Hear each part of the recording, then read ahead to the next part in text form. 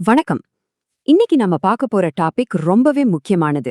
இந்தியாவுக்கும் ஐரோப்பிய யூனியனுக்கும் நடுவுல ஒரு மிகப்பெரிய ஃப்ரீ ட்ரேட் அக்ரிமெண்ட் கையெழுத்தாகிருக்கு. இது நம்ம இந்திய பொருளாதாரத்தையே மாத்த போற ஒரு விஷயம். இந்த வரலாற்று ஒப்பந்தத்தை பத்தி எக்ஸாம் பாயிண்ட் ஆஃப் வியூல என்னென்னலாம் தெரிஞ்சுக்கணும்னு டீட்டெயிலா பார்க்கலாம் வாங்க. பாருங்க, இந்த ஒப்பந்தத்தோட முக்கியத்துவத்தை நம்ம பிரதமர் மோடியோட இந்த ஒரு வரி போதும் விளக்கறதுக்கு. Today, India has concluded the biggest free trade agreement in its history. யோசிச்சு பாருங்க, இந்தியாவோட சரித்திரத்திலேயே இதுதான் மிகப்பெரிய ஒப்பந்தம்னு அவரே சொல்றாரு. அப்போ இது சாதாரண டீல் இல்ல, ஒரு சரித்திர நிகழ்வுங்கிறது நல்லாவே புரியுது இல்லையா? ஓகே, இந்த ஒப்பந்தத்தை நாம முழுசா புரிஞ்சுக்க ஒரு 6 முக்கியமான விஷயங்களா பிரிச்சு பார்க்க போறோம். முதல்ல தி ஹிஸ்டாரிக் டீல், அதாவது இது ஏன் ஒரு சரித்திர முக்கியத்துவம் வாய்ந்த டீல்னு பார்ப்போம். அப்புறம் லீடர்ஸ் விஷன், நம்ம தலைவர்களோட பார்வை என்ன. மூணாவதா இம்பாக்ட் ஆன் ஆட்டோமொபைல்ஸ், கார் மார்க்கெட்ல என்ன தாக்கம் இருக்கும். நாலாவதா ஜியோ பொலிட்டிக்கல் கான்டெக்ஸ்ட், இதுக்கு பின்னாடி இருக்கிற உலக அரசியல் என்ன. அஞ்சாவதா கீ டாரிஃப் சேஞ்சஸ், ரொம்ப ரொம்ப முக்கியம், எந்தெந்த பொருட்களுக்கு வரி குறையுதுன்னு பார்ப்போம். கடைசியா குளோபல் எக்கனாமிக் ஸ்கேல், உலக அளவுல இதோட பங்கு என்னன்னு அலசிடுவோம். வாங்க முதல் செக்ஷனுக்குள்ள போலாம். தி ஹிஸ்டாரிக் டீல். இதுல நாம பார்க்க போற ஃபேக்ட்ஸ் அண்ட் ஃபிகர்ஸ் ரொம்ப முக்கியம். எக்ஸாம்ஸ்ல நேரடியா கேட்க சான்ஸ் இருக்கு, சோ நோட் பண்ணிக்கோங்க. முதல்ல இந்த டீலோட மொத்த மதிப்பு எவ்வளோ தெரியுமா? $213 பில்லியன். ஆமா, $213 பில்லியன். இந்த ஒரு நம்பரே போதும் இது ஏன் உலகத்தோட மிகப்பெரிய வர்த்தக ஒப்பந்தங்கள்ல ஒண்ணுன்னு சொல்றதுக்கு. இந்த நம்பரை மறக்கவே கூடாது. சரி, இதனால யாருக்கு நேரடி நன்மை? நம்ம பிரதமர் சொன்னபடி ஐரோப்பிய யூனியன்ல இருக்கிற சுமார் 8 லேக், அதாவது 8 லட்சம் இந்தியர்களுக்கு இதனால நேரடியா பயன் கிடைக்கும். யோசிச்சு பாருங்க, இது எவ்ளோ பெரிய மக்கள் தொகை. அடுத்து இந்த நம்பர் 27. இதுல ஒரு இன்ட்ரெஸ்டிங்கான விஷயம் இருக்கு. ஜான்வரி 27th டே தான் யூரோப்பியன் யூனியனோட 27 நாடுகள் கூட இந்தியா இந்த ஒப்பந்தத்தை சைன் பண்ணுச்சு. தேதி 27, நாடுகள் 27. இந்த மாதிரி சின்ன சின்ன விஷயங்கள் கூட எக்ஸாம்ஸ்ல ஒரு கேள்வியா வரலாம். ஜஸ்ட் ஒரு நோட். ஓகே, நம்பர்ஸ் எல்லாம் ஒரு பக்கம் இருக்கட்டும். இந்த ஒப்பந்தத்தை கொண்டு வந்த தலைவர்கள் இத பத்தி என்ன நினைக்கிறாங்க? அவங்களோட விஷன் என்ன? வாங்க செக்ஷன் 2ல நம்ம பிரதமரும் EU தலைவரும் இத பத்தி என்ன சொல்றாங்கன்னு பாப்போம். இப்ப இங்க பாருங்க, 2 தலைவர்களோட பார்வையில இருக்கிற ஒற்றுமை வேற்றுமை நல்லா தெரியும். நம்ம பிரதமர் மோடி எதை எம்பசைஸ் பண்றாருன்னா, road map for mutual growth, அதாவது பரஸ்பர வளர்ச்சி, அப்புறம் பார்ட்னர்ஷிப் ஃபார் குளோபல் குட், உலக நன்மை. ஆனா EU தலைவர் கோஸ்டா என்ன சொல்றாருன்னா, நாம ரிலையபிள் பார்ட்னர்ஸ், அதாவது நம்பகமான கூட்டாளிகள் ஒன்னு சேர்றோம். எதுக்குன்னா அமைதி, ஸ்திரத்தன்மை, அப்புறம் கிளைமேட் சேஞ்ச், கிரீன் எனர்ஜி மாதிரியான விஷயங்களுக்காகன்னு சொல்றாரு. 2 பேருமே பார்ட்னர்ஷிப் தான் சொல்றாங்க, ஆனா ஃபோக்கஸ் கொஞ்சம் மாறுது. சரி, இந்த அக்ரிமெண்ட் எல்லாம் பேப்பர்ல மட்டும்தான் இருக்குமா, இல்ல நம்ம அன்றாட வாழ்க்கையிலே ஏதாவது தாக்கத்தை ஏற்படுத்துமா? கண்டிப்பா ஏற்படும். அதுக்கு ஒரு சூப்பர் எக்ஸாம்பிள் நம்ம ஆட்டோமொபைல் துறை. வாங்க செக்ஷன் 3ல கார்கள் மேல இதோட தாக்கம் எப்படி இருக்க போகுதுன்னு பார்க்கலாம். இப்போ வெளிநாட்டுல இருந்து வர்ற கார்களுக்கு எவ்ளோ வரி போடுறாங்க தெரியுமா? கிட்டத்தட்ட 70லேருந்து 110% வரைக்கும். ரொம்ப அதிகம். ஆனா இந்த ஒப்பந்தத்துக்கு அப்புறம் இந்த வரி வெறும் 40% குறையுது. நினைச்சு பாருங்க, இது எவ்ளோ பெரிய மாற்றம். இதனால என்னாகும்?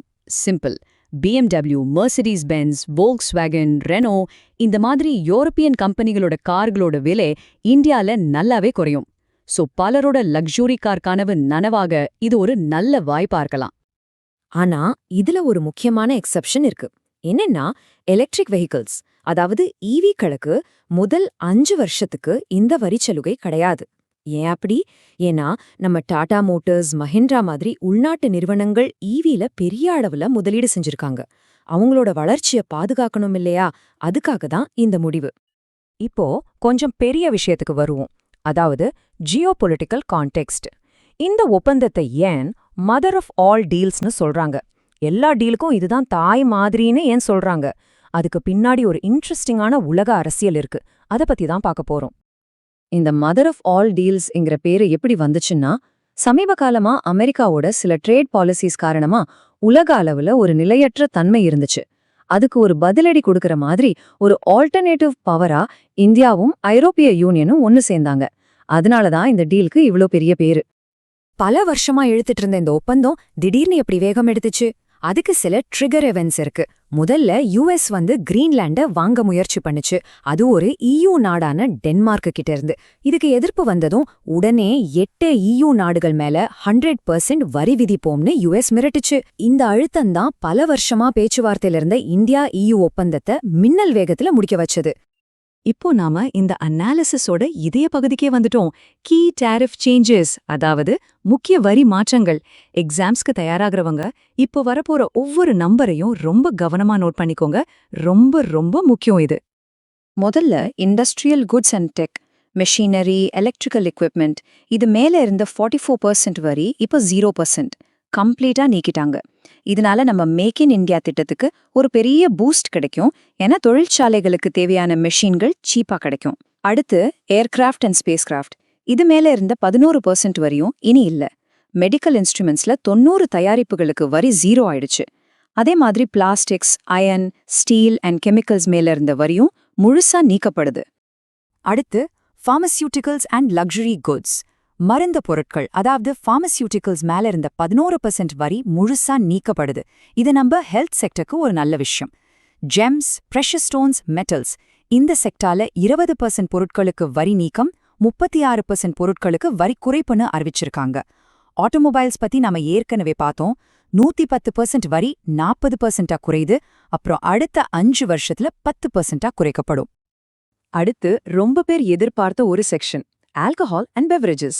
இதுல பெரிய மாற்றங்கள் இருக்கு. வைன் மேல இருந்த வரி 150%.